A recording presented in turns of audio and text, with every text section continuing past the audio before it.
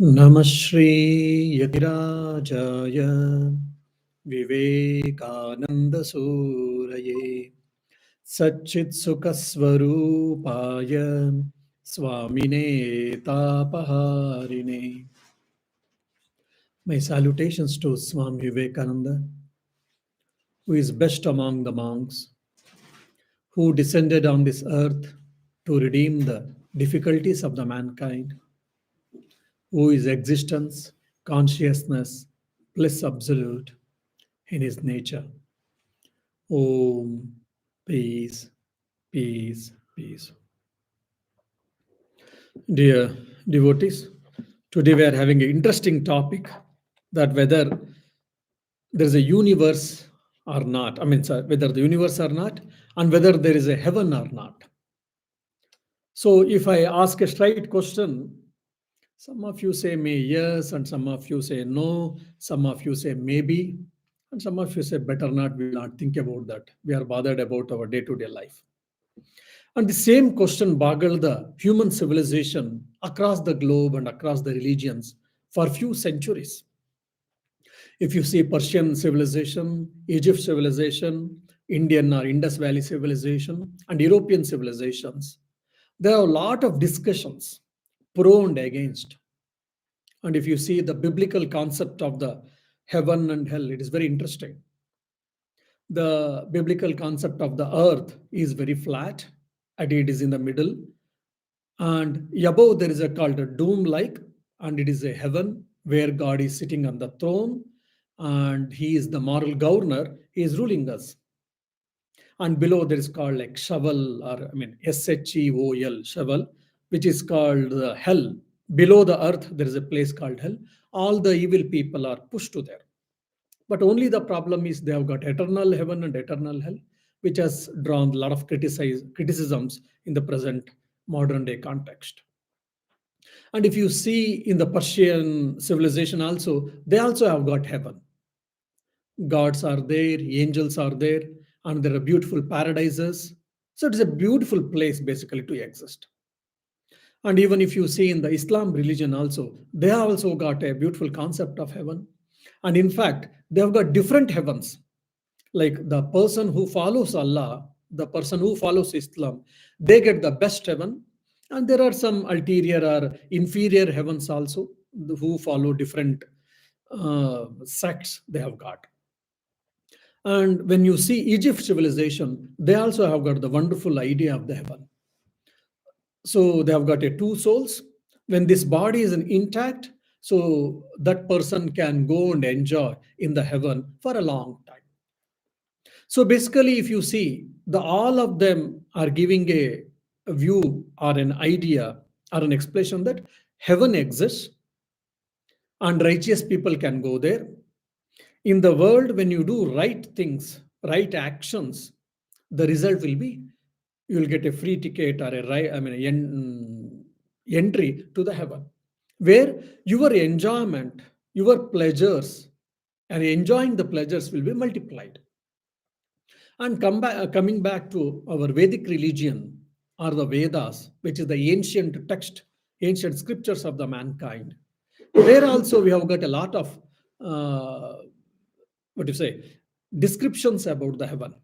Even there are a lot of Vedic statements saying that Jyotish Toma Swarga Kamo Yajeta.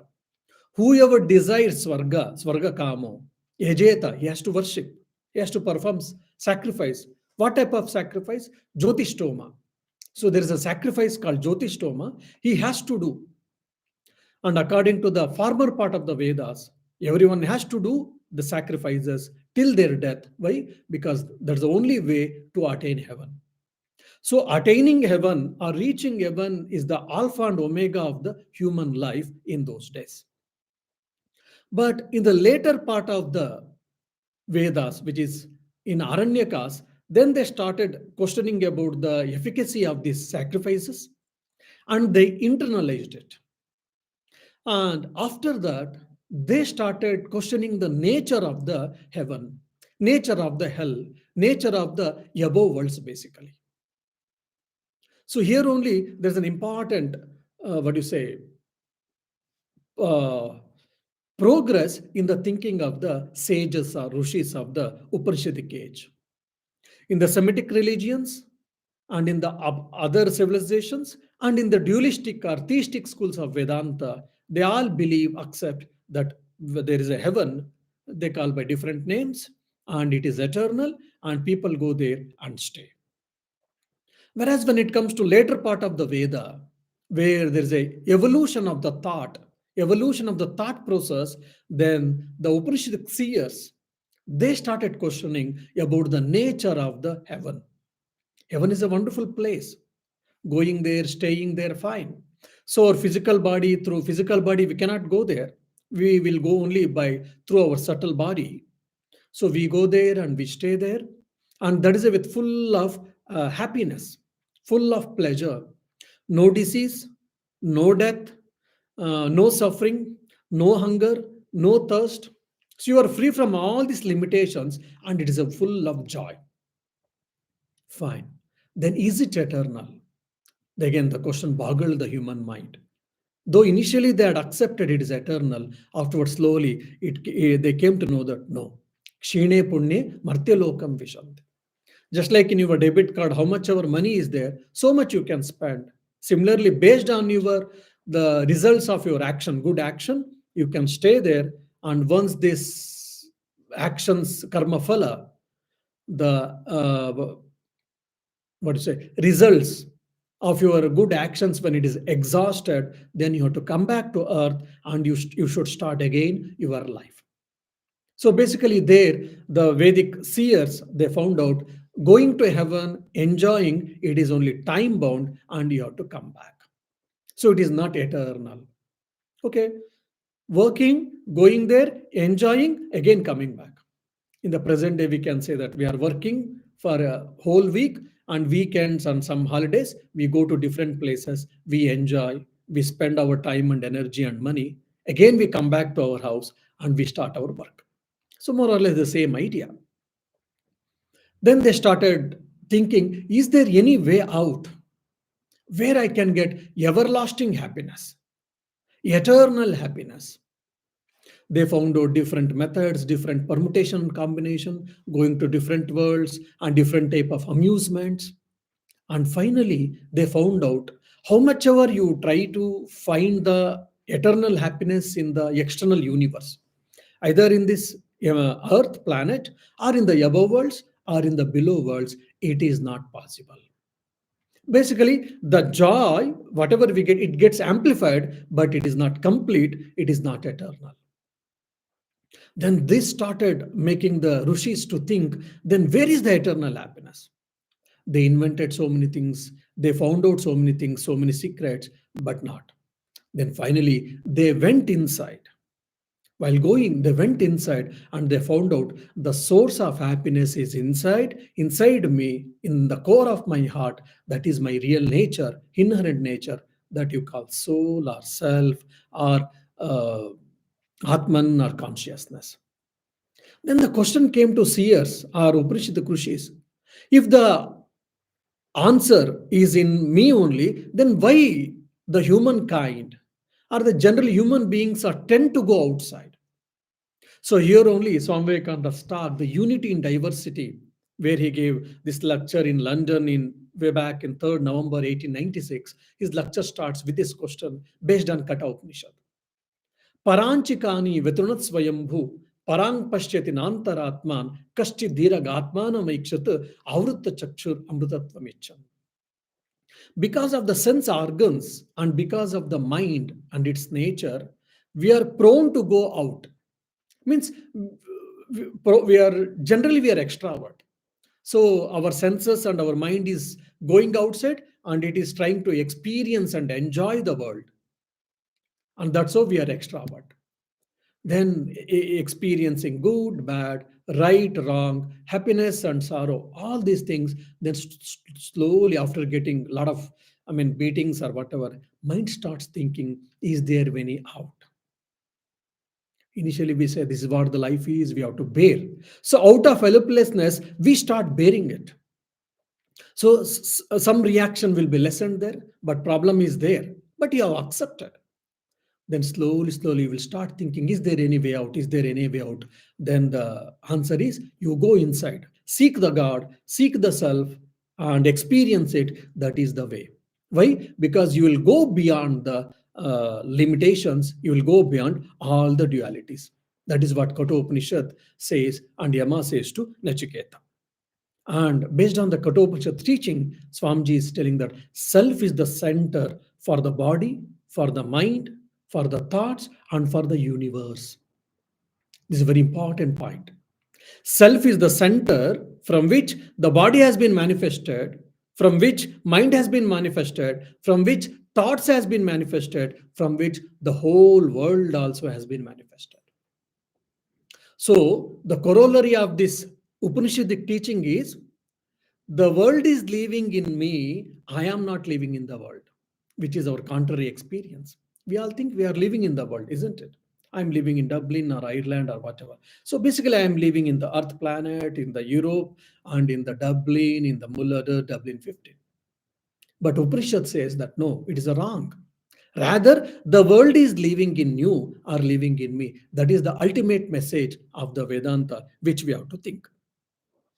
So basically, the Upanishadic seers or the Advaita Vedantins found out that the immortality cannot be attained, cannot be got by the finite things. So this was their final conclusion. Either it may be you call Swarga, or you call heaven, or you can call by any name. So there, how much ever the joy can be experienced or the pleasure can be experienced or it can be felt, but the immortality or the everlasting bliss cannot be found by finite things. That is what they understood. So when they understood that, then they experienced the self inside. That nature is called self awakening or awakened man. Uttishtata, Jagrata, Prapya Varanni Bodhata. In the previous class, we were discussing about this. Uttishtata, Jagrata. That Swamiji has beautifully made a translation. Arise, awake, and stop not till the goal is reached. That awakened mind, awakened personality means what? Only we can get the everlasting bliss from the self alone. And to experience, to reach that, we should keep on pursuing our life or our journey. Now, after telling this, Swamiji makes a few discussions about it. Then we have got different lokas. Then, for an example, if you see Taittiriya Upanishad, there in Brahmananda Mimamsa, there are different worlds they speak of. Pitraloka, Gandharva Loka, Chandra Loka, Nakshatra Loka, different lokas. In Upanishads, we see that. And what are these different lokas? So basically, they're the different manifestations of the happiness. So in the lower worlds, the amount of happiness is less. Along with that, suffering also will be there. The more and more you go to the above worlds, suffering is minimized. Only happiness, only pleasure is there. But again, it is limited. And apart from that, this we all know that Swamiji makes a very beautiful, very interesting comment or interesting note. And he says, for example, Pitraloka. In the Pitraloka also no worries, no suffering, no hunger, no thirst, but you can be happiest person. It's a time bound, no doubt. But what about the self? Experiencing the self, it is very hazy. How? It is like a dream like.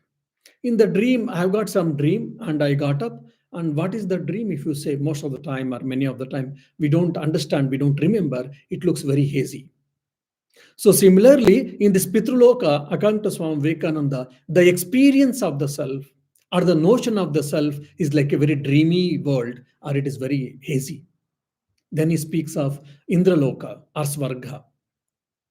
There, it is like a little better image.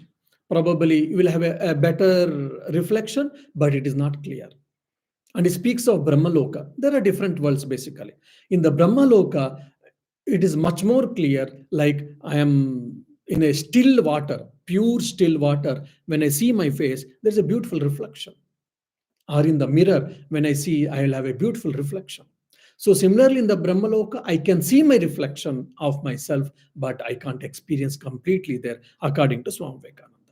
So all these lokas you go, temporarily you enjoy, and afterwards come back. Then finally, you have to experience the self. That is the only way to attain the immortality.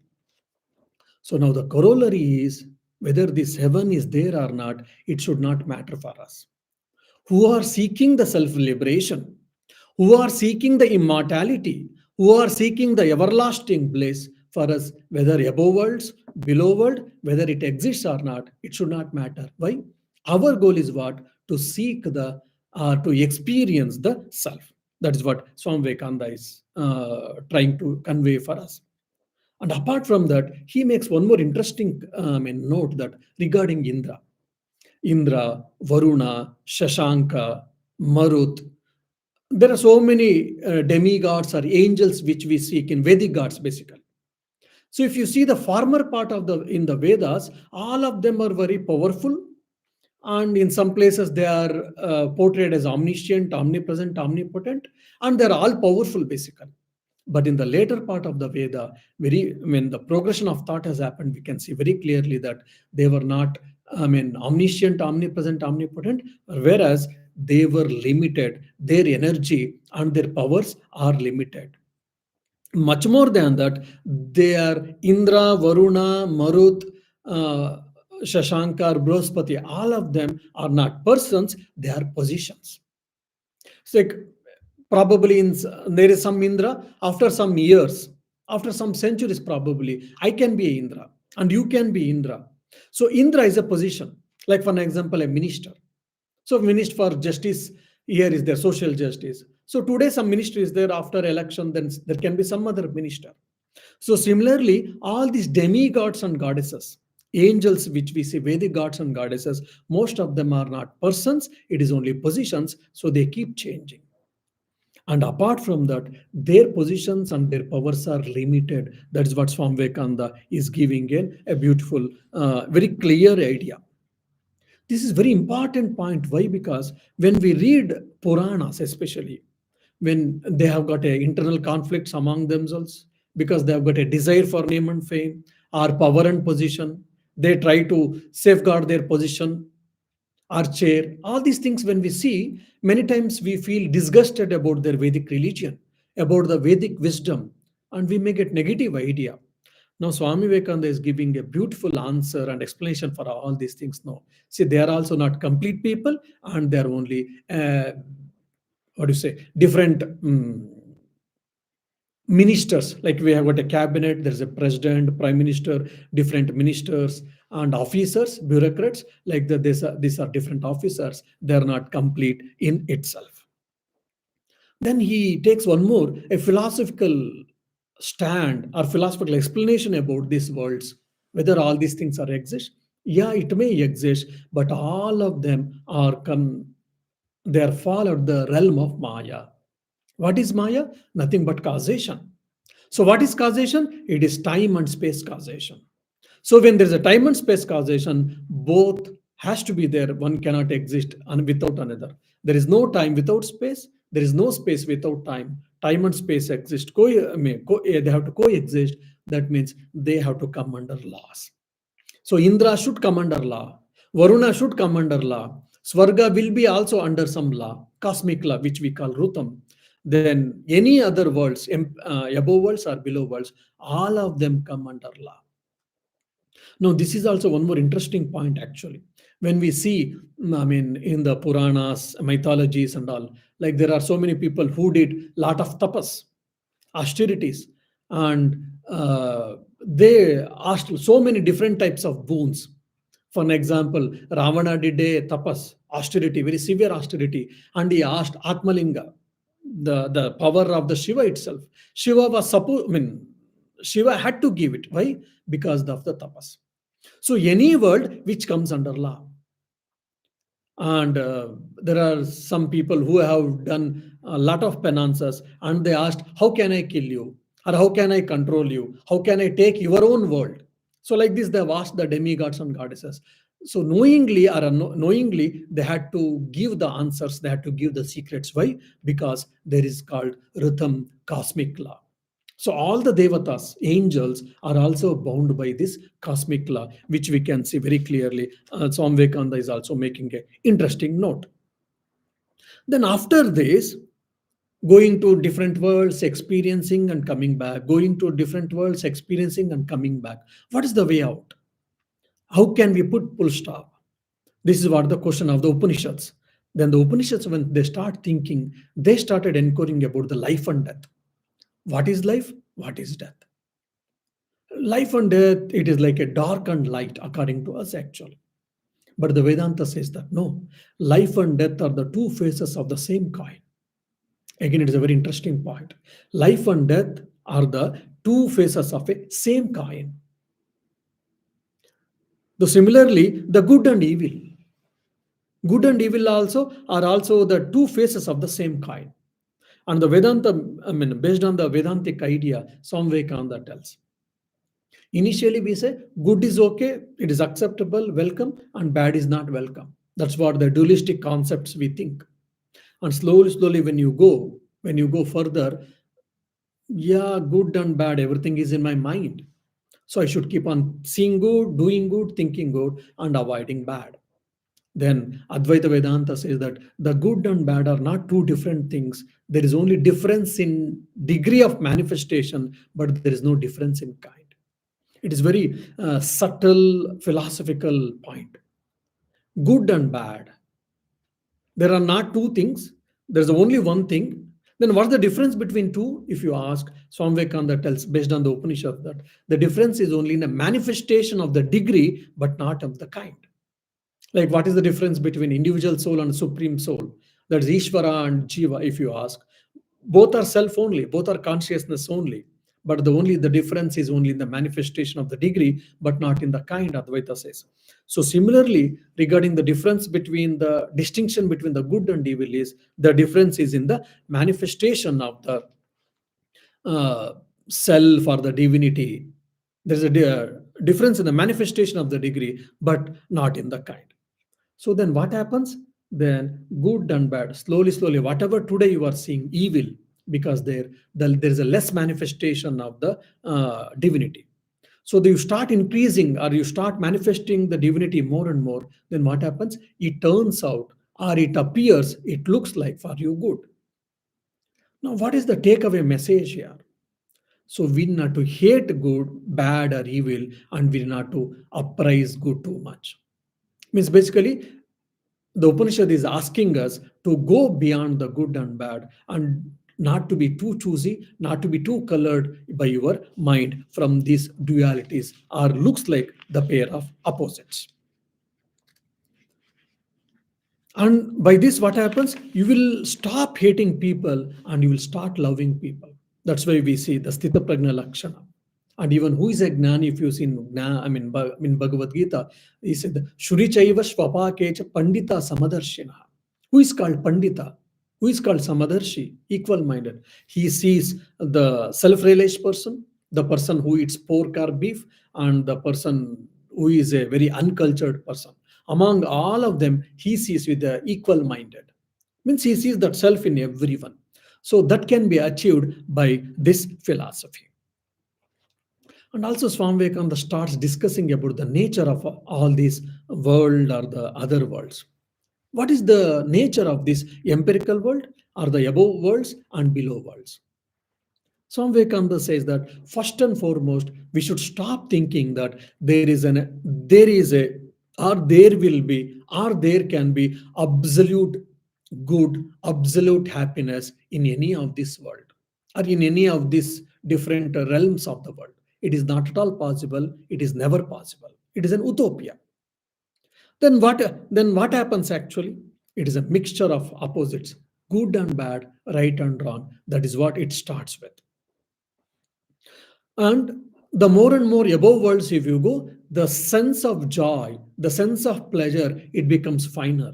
And more it becomes finer, it becomes more and more intense. And more it is everlasting.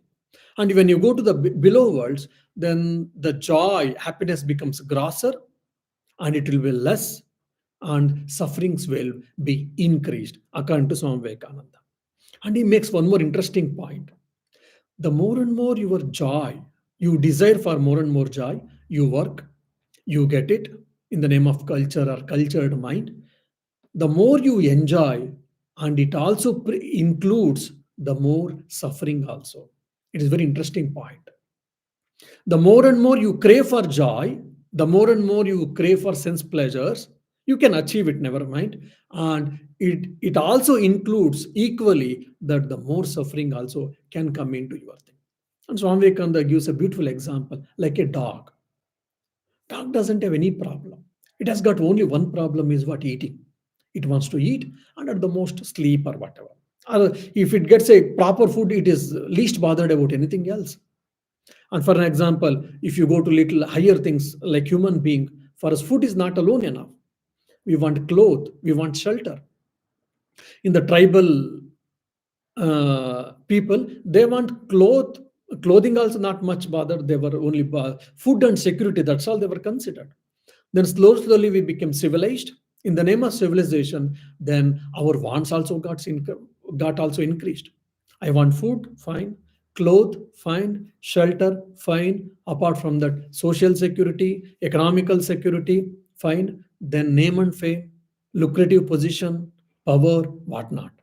So basically, our wants keeps on increasing. Then our wants keeps on increasing. Our struggle, our work also has to keep on increasing, and it pre-includes more problem, more suffering also. Then what is the way out? Swami Vivekananda says the way out is what? Go beyond this pleasure and sorrow. The only way out to go beyond this pleasure and sorrow is what? Seek the self, seek the God. So the whole nature or the whole universe, and either the above worlds or the empirical universe or below worlds, all of them consists this pair of opposites. So by going to heaven, you can be happy at all times if you think it is not, it is wrong. It is misnomer. Why? Because it is made up of finite things. It is made up of finite material, or it is made up of subtle material. So you get more happiness, but you can't get the complete happiness. And after saying this, and he gives one or two important ideas about this world. Then when you keep on refining your mind, refining your character, refining your thinking, then you start understanding that the pain and the sorrow doesn't exist outside, rather it exists in you. Initially, we were thinking that the pain and the pleasure, or the happiness and the sorrow, exist in the world. That's why we seek so many things. Then slowly, when you advance, Swami Vivekananda says that you start accepting, you start understanding that the pain and the happiness, or the happiness and sorrow, exist in your mind, not outside. Now the question will come, how is it, Swamiji? And Swami Vivekananda himself gives a beautiful example. Now, okay, you like non-veg, so you like a goat meat, and you purchased a lamb, you bought a lamb, and you, with the help of butcher, it was cut, and you brought the meat of the lamb, and you cooked, and you eat, and you were enjoying. Oh, the lamb's meat is so delicious and whatever. But what is the point from the point of lamb, or from the point of lamb's mother? Definitely, it is not acceptable. Probably they were unhappy, and you were unhappy. You were happy. This is one example he gives. The other example which we can think over is, for an example, I mean, generally I give this example. Now, I brought a pair of clothes which was in yellow color. Then I wore a yellow color, shirt and pant, and I asked my friend or my relative friend, "How is it? It looks so nice, beautiful, isn't it?" He says, "Yeah, maybe, yeah, okay." Because he doesn't like yellow color, he says that yes, it's a cloth, that's a yellow color cloth, that's all. For him, it is, there is no something wonder. But you are enjoying so much, or I am enjoying so much, because I like yellow color cloths is giving so much happiness. But for him, he likes white color. So he says, okay. And he brings up the next day or some other day, he brings a white colored cloth, and he said, "Look, it's so beautiful, it looks so nice." And I will say, "Yeah, yes, okay, maybe." Why? Because I'm not against to white color, but I don't so much obsessed or like white color. I feel it is okay. Now, whether the happiness is in yellow colored cloth, or in a white colored cloth, or in both, or in none of them. It is in none of them. It is only we attribute on that. So that's what Swami Vivekananda says, that when you advance, when you progress in your spiritual life, you start understanding that happiness and sorrow, it is not, I mean, it doesn't be obtained or experienced by the things or the world or objects. It is only by you, or by your likes and dislike, or by your action and reaction. But doesn't mean that everything is subjective completely. No, because for example, a thorn pricks, definitely my body will have a pain, no doubt. And if it is a like a poisonous thorn, then I'll get a septic, and for 2 3 days or for a few days I may have to suffer. It brings a pain. So everything is subjective, we cannot say that, no doubt. But mostly by large, everything is subjective. That's what Swami Vivekananda is saying. That now, how to go beyond this, all these dualities? Swami Vivekananda says that seek the highest happiness, seek the highest bliss. What is that? Self. By seeking that, everything is obtained. And he goes to the extent saying that, and he gives a beautiful, analysis or the example saying that he compares the self with the ocean, and he compares the world with a drop. A drop in a ocean. So if you are a ocean, self is a ocean, a drop in a ocean is a world.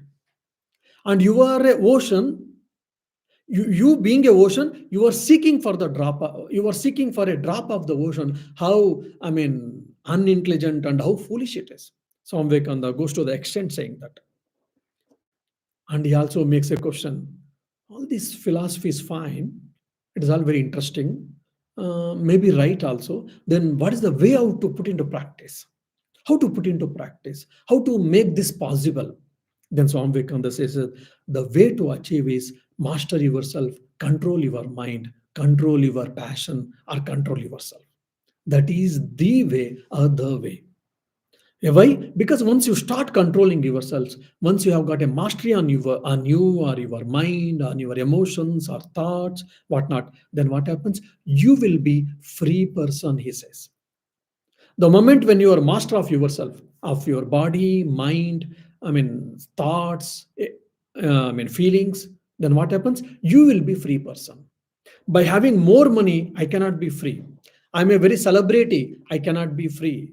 Or I'm a richest man in the world, I cannot be free.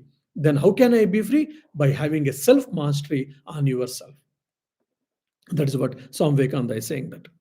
And what is the way out for that? Seek the self and try to go into more and more.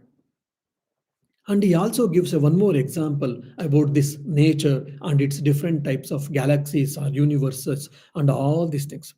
He says that all this manifold is appearing is because of the only one.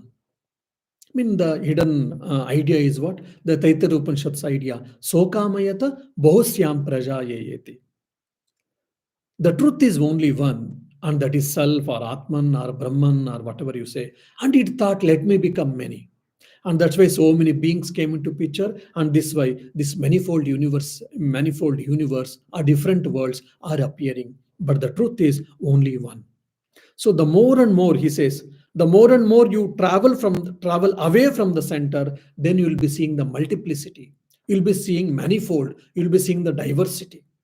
And the more and more you go to the center of the circle, the more and more you go to the central of the circle, core of the circle, then you start observing, you start experiencing there is only one thing, but it is appearing as many actually, or it is getting diversified experiences. And he also speaks how this matter, the mind and the thoughts and everything cannot go and reach the self. Natatra Suryo Bhatina Chandra Tarakam, the Kathopanishad shloka itself, taking this idea, Swami Vivekananda says that. Because the self or consciousness is beyond mind, beyond body, beyond mind, beyond thoughts, beyond feelings. So none of them can go and reach there. Even your sun, even your moon, all of them. So it is higher than this. So slowly you have to seek for this. And now he makes one more. He makes a small. He takes a diversion, small diversion in that lecture. Probably I don't know why he took. He makes a beautiful, very practical note. In fact, changing place, how it helps our life, how it helps our spiritual life, especially. We all think that probably going to temple or going to a pilgrimage place, it can become better. We can become more spiritual. We can, our mind will be controlled, and we can practice more meditation intensely, or we can advance in spiritual life. And Swami Vivekananda very straight, boldly, straightly says, no, it is not. All of them are nonsense. He says, why? Because the same mind you are carrying. Yeah, maybe contextually for some point of time, in the given point of limited point of time, all these things can bring good benefits and all, no doubt. But in the longer run, none of them can bring it. It is only your mind can bring it. And he makes a very clear point that, see, everything is depending on your mind. So with the dirty mind, with the uncivilized mind, with the dirty mind, with the wrong thoughts or whatever, even you go to pilgrimage, or even you go to the best spiritual place, you will spoil the place and you can't make use of it really. So that's the reason cleansing the mind is more important, whether you're in the forest or in the cave or in the hustle bustle of the life or in the city, it doesn't matter. It all matters in your mind. And he gives his own example. So when I was during my youth days, I thought when I go to Himalayas, I can be more meditative. Or if I go to some caves in the Himalayas, I can be more meditative. But afterwards, I understood it is not so. But the beauty is Swami Vivekananda loved Himalayas and used to go to him. He used to, he used to love Himalayas and used to love always to go Himalayas and sitting in the caves. He used to like it, no doubt. But Swami Vivekananda says it depends on your mind. And one more interesting point he takes at the end of the talk, the unity in diversity, is that what is the difference between Eastern approach and the Western approach towards the truth? And he rebukes, or probably he scolds, saying that, oh, you Western audience or Western philosophers think that because we are thinking about the self and thinking about the God, and we are neglecting the world, and we have neglected the world, that's why we are low or whatever. It is not so. We have got all the philosophy, all the education, and all the training for all these things. But having known all these things, because we thought the self is the ultimate thing, so people started moving towards it. And as a corollary, as a reaction, probably some of us might have neglected, but it is not so. And he says that East can learn many things from the West, and West also can learn many things from the East. And he gives a beautiful example. Now, say, if you say for the Easterners and Asians and Indians especially, now there is a monk or there is a fakir or there's a prophet who is sitting at the top of the hill and who is doing a lot of tapas and he is a spiritual luminary. If you want, you can go there. You can also learn few spiritual things. So, if not all, many of our Indians, they don't mind. With all struggle, they may have to end their life, but still they don't mind. They will go and they will try to meet that prophet, meet that fakir or saint, and they will try to learn few ideas, few thoughts about the spirituality. The same thing when it comes to Western civilization, by and large, it may not be. Yeah, there may be a spiritual personality, fine, may not be interested. He may if not, a large group may not be interested. But whereas someone publishes an article, they're in such and such a place where there's a very interior forest, and you have to cross the ocean, deadly ocean. There are where whales are there, crocodiles are there, and whatnot. And in between, very interior forest, which is very dangerous, there is a gold mine, or there is something which is very splendor, or which is something interesting. If any Westerner hears, even he doesn't care for his life, he doesn't care for any difficulties, he tries to cross over the ocean, he tries to bear the barrier of the ocean, and he faces the whale and the crocodile and whatnot, and he goes deep into the forest and he tries to excavate the gold mine or any other natural wonders. So this is what the difference between the Eastern mindset and the Western mindset. So every one of us, we have got our own strengths and our own uh, potentialities and uniqueness, we should understand and we should accept and we should go further. That's what Swami Vivekananda says. And after telling this, he also makes one or two interesting points about this world. So, whether it exists or not, we have to live in this world. Then, how to take, in what view we should think about this world? So, world is a place where we have come to manifest our divinity. Either you take any above worlds or below worlds or in the empirical world. This is a wonderful stage given by God or given by nature or our own action. It is a wonderful place where we can manifest our divinity and it is a wonderful chance for us to experience the divinity. This is what we should start thinking. Whether world exists or not, whether it is imagination or not, whether it is a mixture of opposites or not, all of them keeping thing. The practical thing is what? It is a place, stage where we can manifest our divinity, we can experience the divinity. This is a wonderful place for all of us. So we should start thinking this angle. Why he makes this point? Because according to Swami Vivekananda, if you say the world is full of problems, pessimistic attitude, that is not right. And world is a paradise, it is a beautiful, it is good, everything is in our mind. There is no sin, there is no wrong, there is no evil in this world. If you say that is also wrong. So both are extremes. Neither it is optimistic nor pessimistic is right. So according to Swami Vivekananda, you see as it is, and you use this as a stage to manifest your divinity and to experience the divinity through all your walks of life, through every action of your life, so that you can experience the everlasting bliss. This should be the attitude or view or perception regarding the heaven or this empirical world or in the above worlds or the below worlds, so that we can make use of this world and the life in a better way, according to Swami Vivekananda. So next week, next Saturday, we'll not be having a class. Afterwards, we will have a discussion about the freedom of the soul, what is freedom, and how the soul can attain the freedom. Om Shanti Shanti Shanti. Hari Om Tat Sat. Shri Rama Krishna Arpanamastu.